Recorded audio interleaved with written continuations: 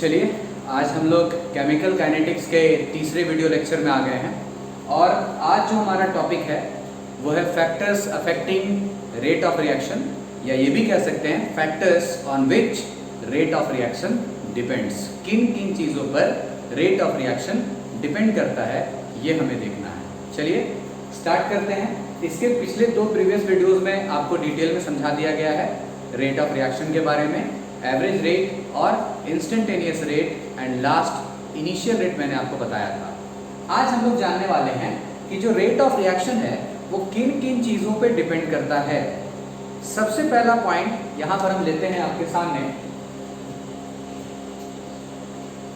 Nature of reactants या फिर product भी कह सकते हैं, नेचर ऑफ स्पीसीज भी कह सकते हैं। देखिए नेचर में बहुत सारी चीज़ें आती हैं। अगर आपको ब्रीफली बताने के लिए जाएं तो आप ऐसा सोच सकते हैं, चलिए मान लीजिए कि रिएक्शन के नेचर पे अगर बात कर लें, पहले रिएक्शन के नेचर पे, अभी तो मैंने लिखा नेचर ऑफ रिएक्टेंट, अगर आप रिएक्शन पे ही चले, सपोज एक आयनिक रिएक्शन लेते हैं, आयनिक रिएक्शन अगर हम लोग लेते हैं तो आयनिक रिएक्शन जैसे NaCl प्लस AgNO3 क्या रिजल्ट होगा? NaNO3 plus AgCl।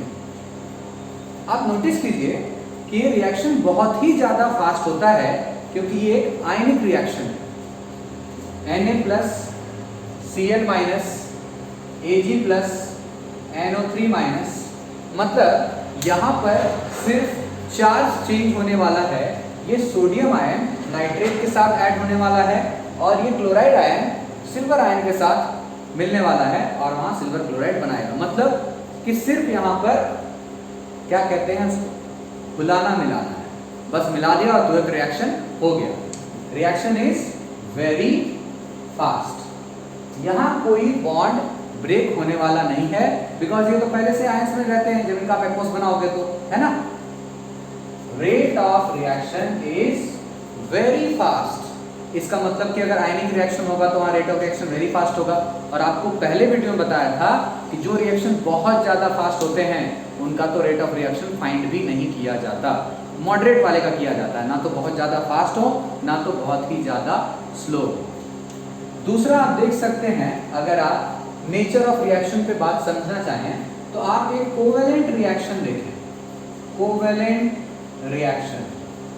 सपोज आप ये देख रहे हैं, जैसे एक बड़ा ही हमारा फेमस है जिसको बार बार ले रहे हैं, N2 plus 3H2 twice of NH3। यहाँ देखिए नाइट्रोजन और नाइट्रोजन के बीच में ट्रिपल बॉन्ड है, हाइड्रोजन और हाइड्रोजन के बीच में सिंगल बॉन्ड होता है।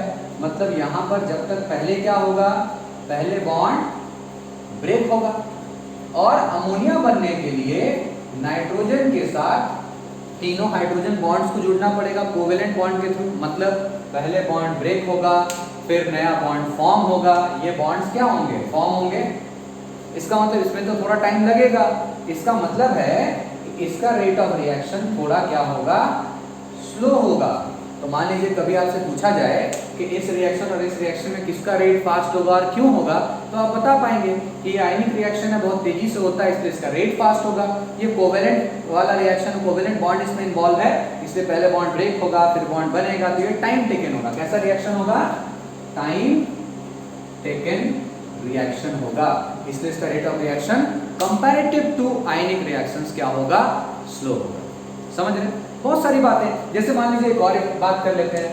अब मान लो कि आप होमोजीनियस रिएक्टेंट्स आपने लिया, नेचर ऑफ रिएक्टेंट भी बात कर लेते हैं, और एक तरफ आपने हेट्रोजीनियस रिएक्टेंट्स लिया। तो आप सोचिए कि किस केस में रेट ऑफ रिएक्शन फास्ट होगा। दो ऐसे लोग जिनका नेचर एक तरीके का होता है वो बहुत आसानी से एक दूसरे के साथ दोस्ती कर लेते हैं, लेकिन दो ऐसे लोग जिनका नेचर नहीं होता एक जैसा, वो उनमें दोस्ती होने का चांसेस बहुत कम होता है। ठीक वैसे ही अगर मॉलिक्यूल्स का साइज, उनका बिहेवियर, उनका नेचर एक जैसा होगा तो वहां पर रिएक्शन फास्ट होगा। इसका मतलब है कि होमोजीनियस वाले रिएक्टेंट्स के लिए रिएक्शन क्या होगा, फास्ट होगा, और हेट्रोजीनियस वाले के लिए रिएक्शन क्या होगा, स्लो होगा, क्योंकि उनका नेचर एक जैसा नहीं है। उनका साइज एक जैसा नहीं है। समझ रहे हैं बात को? काफी सारी चीजें हैं इसके अंदर जहां पर नेचर की बात किया जाए। चलिए एक और बात कर लेते हैं। फेज आप जानते हैं, 3 अलग अलग फेजेस होते हैं, उस पर भी बात कर लेते हैं। देखिए, अगर हम फेज पर बात करें, सॉलिड, लिक्विड एंड गैस, उस पर हम बात करते हैं कि किसका रिएक्शन फास्ट होगा और किसका रिएक्शन स्लो होगा। आप खुद ही सोचिएगा। जैसे मान लीजिए, सपोज ये देखिए, गैस, लिक्विड और सॉलिड की बात कर रहे हैं। अगर गैस के मॉलिक्यूल से रिएक्शन होना है और एक तरफ ए एक मॉलिक्यूल है जो कि सॉलिड है, बी भी एक मॉलिक्यूल है जो कि सॉलिड है। अब आप सोचिए, यहां पर मॉलिक्यूल्स का जो रैंडमनेस है वो क्या होगा? मोड। रैंडमनेस मतलब क्या होता है? घूमने फिरने की आजादी, तो उनके कंबाइन होने के चांसेस भी बहुत ज्यादा होंगे। जबकि यहां पहले मॉलिक्यूल ब्रेक होगा और फिर ए और बी एक दूसरे से रिएक्ट करेगा, मतलब रिएक्शन होगा। तो इसका मतलब क्या हुआ कि gaseous reaction comparative to solid molecules के रिएक्शन क्या होते हैं? तेजी से होते हैं।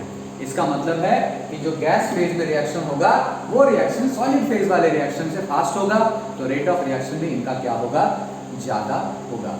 देखिए, काफी सारी चीजें हैं, बोलने के लिए तो और भी चीजें हैं। चलिए आपको एक और चीज बताते हैं, वो भी बहुत अच्छा पॉइंट है। इसी में नेचर में ये बात कर लेते हैं। अब मैंने बात की प्रोडक्ट की और बात की रिएक्टेंट्स की, ठीक है?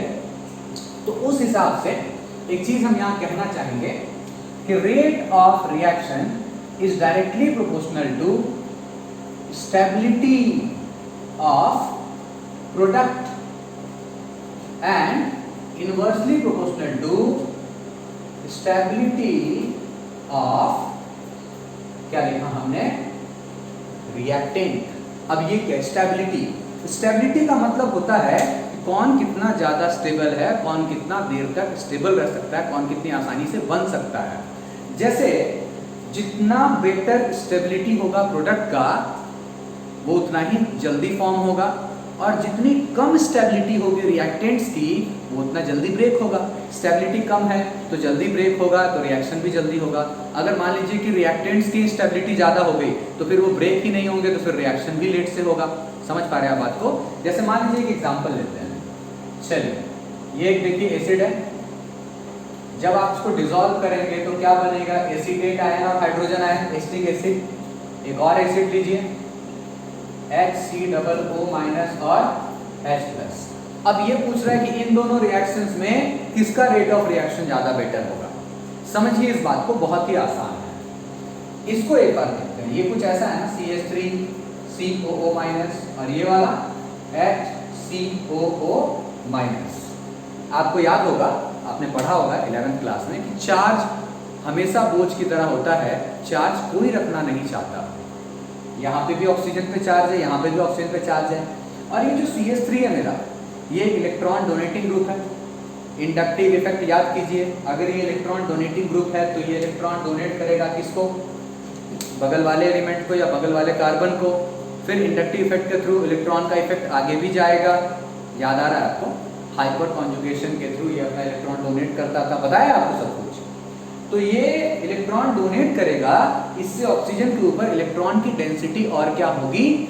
हाई हो जाएगी, जबकि उसके ऊपर तो ऑलरेडी इलेक्ट्रॉन्स है, वो रखना नहीं चाहता। इसका मतलब है कि ये क्या हो जाएगा? Less stable comparative to this ion, because hydrogen के पास वैसा कोई इलेक्ट्रॉन डोनेट करने का कैपेसिटी है नहीं जो ये अपना इलेक्ट्रॉन किसी को दे। तो ये क्या हो जाएगा? More stable. आप डिसाइड करो कि इस टाइम में प्रोडक्ट ज्यादा स्टेबल है कि इस टाइम पे प्रोडक्ट ज्यादा स्टेबल है। डेफिनेटली ये वाला प्रोडक्ट ज्यादा स्टेबल है। तो जब ये वाला प्रोडक्ट ज्यादा स्टेबल है तो ये रिएक्शन भी फास्ट होगा। इसका मतलब है कि रेट ऑफ रिएक्शन, अगर हम इसका 1 ले लेते हैं, इसको 2 ले लेते हैं, 1 is greater than rate of reaction of 2। समझ रहे हैं? क्योंकि ये ज्यादा स्टेबल है, ये कम स्टेबल है। कम स्टेबल क्यों है? क्योंकि उसके ऊपर ऑलरेडी चार्ज है, और भी अगर इलेक्ट्रॉन्स को देंगे तो उसकी स्टेबिलिटी और कम हो जाएगी। तो स्टेबिलिटी कम हो रही है, इसलिए किसका स्टेबिलिटी कम हो रहा है ये भी ध्यान देना है, स्टेबिलिटी प्रोडक्ट की कम हो रही है। और हमने यहाँ देखा rate of reaction is directly proportional to stability of product. समझ रहे हैं बात को? तो प्रोडक्ट की स्टेबिलिटी गिरेगी। अगर प्रोडक्ट की स्टेबिलिटी कम होगी तो रेट ऑफ रिएक्शन भी कम होगा, प्रोडक्ट की स्टेबिलिटी ज्यादा होगी तो रेट ऑफ रिएक्शन भी ज्यादा होगा। तो ये और भी चीजें हैं, पर चलिए आप नेचर पे इतना ही पॉइंट देखिए। अब हम लोग चलते हैं अगले पॉइंट की तरफ कि नेचर के अलावा और कौन कौन सा पॉइंट होता है। अगला पॉइंट देखते हैं।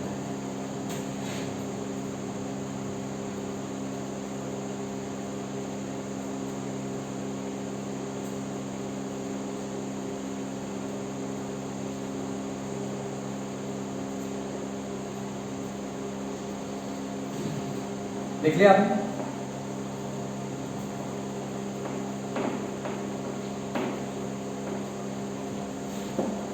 आई होप आप लोग नोट करते जा रहे होंगे। ऐसे तो नोट्स आपको मिल ही चुका है पीडीएफ। अब अगला पॉइंट जो हमारा है कि और किस किस चीज पर डिपेंड करता है। देखिए मैंने आपको बताया है ना, कंसंट्रेशन, नोट्स पे आप देखेंगे आपको मिला होगा कि कंसंट्रेशन पर भी डिपेंड करता है, टेम्परेचर पर भी डिपेंड करता है, सरफेस एरिया पर भी डिपेंड करता है कि रिएक्टेंट्स का सरफेस एरिया कितना ज़्यादा है। उसके बाद आपको कैटलिस्ट भी हमने लिख के दिखाया होगा, पार्शियल प्रेशर ऑफ गैस भी हमने आपको लिखा है। तो एक एक करके सब पे ब्रीफली डिस्कशन करते हैं, बिकॉज सबको बहुत डिटेल में आगे बढ़ना है। ठीक है, चलिए पहला पॉइंट ले लेते हैं। दूसरा पॉइंट कंसंट्रेशन ऑफ रिएक्टेंट और प्रोडक्ट भी हो सकता है। देखिए generally rate of reaction increases with increase in concentration of reactant. Generally मतलब जनरल केसेस में नॉर्मली यही होता है कि कंसंट्रेशन अगर आप रिएक्टेंट का बढ़ाएंगे तो रेट ऑफ रिएक्शन भी फास्ट होगा। अगले क्लास में हम लोगों को इस टॉपिक को डिटेल में पढ़ना है रेट लॉ एक्सप्रेशन में, लेकिन उससे पहले आज ब्रीफली आपको इसके बारे में कुछ बात बता रहे हैं कंसंट्रेशन के बारे में। ये आप याद रखेंगे तो अगले क्लास में इस पर डिटेल बात होगी। कभी कभी ऐसा भी होता है कि रेट ऑफ रिएक्शन डिक्रीज कर जाता है with increase in concentration of reactant. कभी कभी ऐसा भी हो जाता है, ये सब आपको डिटेल में समझाएंगे रेट लॉ एक्सप्रेशन में। कभी कभी तो ऐसा भी होता है कि rate of reaction is constant मतलब अनअफेक्टेड, मतलब उस पर कोई भी चेंज नहीं आता है, कोई फर्क नहीं पड़ता है, कांस्टेंट रह जाता है with increase in concentration of इसका रिएक्टेंट। प्रोडक्ट के भी आप कंसंट्रेशन में चेंज करेंगे, उससे भी कंसंट्रेशन रेट ऑफ रिएक्शन में चेंज आएगा। ये सारी चीजें आपको डिटेल में पढ़नी है अगले क्लास में।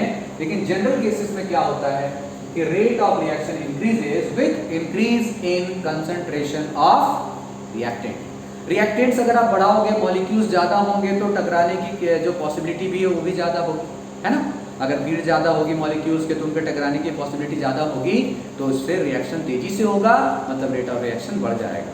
लेकिन कभी कभी कंसंट्रेशन बढ़ाने पर रिएक्टेंट का रेट ऑफ रिएक्शन कम भी होता है। कभी कभी तो ऐसा होता है कि हम कंसंट्रेशन बढ़ा रहे हैं तो इससे रेट ऑफ रिएक्शन को कोई फर्क नहीं पड़ रहा है। वो भी आपको देखने को मिलेगा आने वाले क्लासेस। ठीक है, चलते हैं अगले टॉपिक की तरफ, लेकिन उससे पहले थोड़ा पानी पीना होगा, थोड़ा ब्रेक लेते हैं, तब तक आप लोग पढ़िए।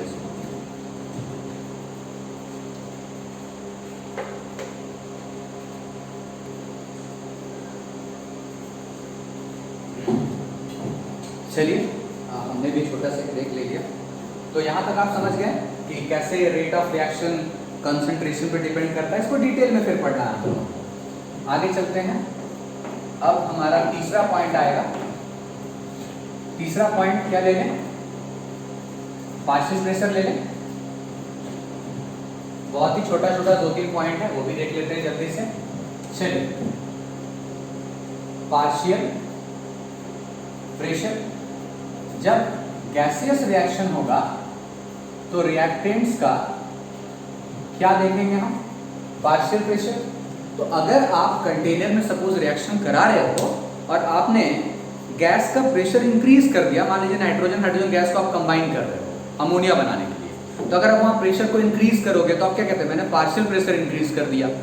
क्योंकि जब एक से ज़्यादा गैसेस एक कंटेनर में होते हैं तो वहाँ क्या यूज़ करते हैं वर्ड, पार्शियल प्रेशर। तो पार्शियल प्रेशर जब आप इंक्रीज करोगे तो मॉलिक्यूल्स कंबाइन होंगे, इससे रिएक्शन ऑफ रेट बढ़ जाएगा।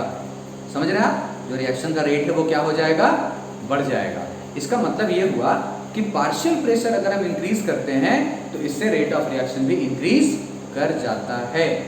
क्लियर। अगले पॉइंट की तरफ चलते हैं और हमारे पास पॉइंट नंबर 4 क्या है, टेम्परेचर। टेम्परेचर अगर आप किसी रिएक्शन का बढ़ाएंगे तो ऑलमोस्ट मान लीजिए कि 10 डिग्री सेल्सियस आपने इंक्रीज किया, तो आपको ये पता होना चाहिए कि जब हम लोग किसी रिएक्शन के अंदर टेम्परेचर इंक्रीज करते हैं इससे मॉलिक्यूल्स की एनर्जी बढ़ जाती है। मॉलिक्यूल्स की एनर्जी बढ़ने के कारण रिएक्शन की स्पीड बढ़ जाती है।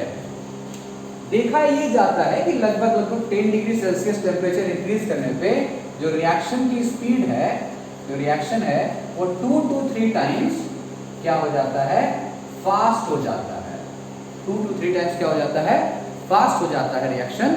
इट मीन्स आप ये कह सकते हो कि जो रेट ऑफ रिएक्शन है वो टेम्परेचर बढ़ाने पर इंक्रीज कर जाता है। समझ रहे हैं बात को। अब रेट ऑफ रिएक्शन को फॉरवर्ड डायरेक्शन का भी हो सकता है, बैकवर्ड डायरेक्शन का भी हो सकता है, ठीक है। तो टेम्परेचर पे भी आगे डिस्कशन होगा, हम लोग आर्हेनियस इक्वेशन पढ़ेंगे, बहुत डिटेल में इसके बारे में हम लोग जानेंगे कि क्या चेंजेस आते हैं टेम्परेचर के बारे में। अभी आपको मैं बेसिक्स बता रहा हूँ, ओके। अगला पॉइंट हमारे पास है catalyst. Presence of catalyst reaction को फास्ट कर देता है, ऐसा आपने सुना होगा। जैसे मान लीजिए कि नाइट्रोजन और हाइड्रोजन को आप मिला करके अमोनिया बनाना चाहते हैं, ठीक है।